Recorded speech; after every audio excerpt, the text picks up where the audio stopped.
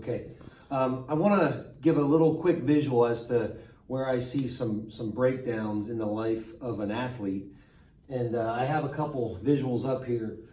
So every athlete's primary goal, and everyone that serves an athlete, whether it's a coach, a parent, the athlete themselves, the ideal zone that everyone should be aspiring to get to is that zone right there. And that zone is where your intent, your love of the game, your willingness to grow, your passion, your intent matches the content, the information that you're receiving from a coach, and the competition that you play. So your skill level matches the competition. So some might even call this area the flow zone, where everything is in harmony. Your love of the game, the information that you're receiving, and the competition that you're playing.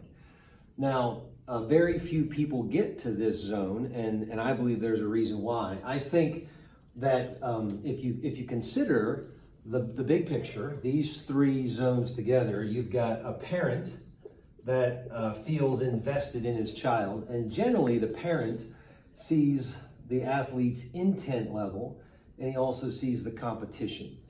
Then you have the coach, and the coach generally has the content they want to share and the competition that they're playing.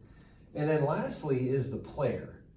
And the player generally has all three, okay? So he's the only one that really understands all three. So we constantly have to be aware of the player and ask his opinion and bring him into the equation.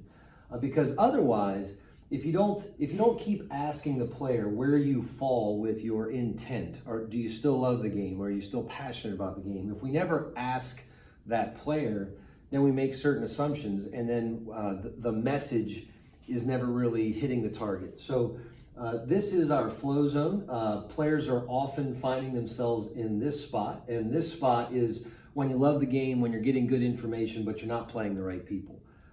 This spot is when you're getting good information, you're playing the right people, but we've abandoned the love of the game. This spot is when you love the game and you're playing good people, it's just that your coaches tend to be misinformed.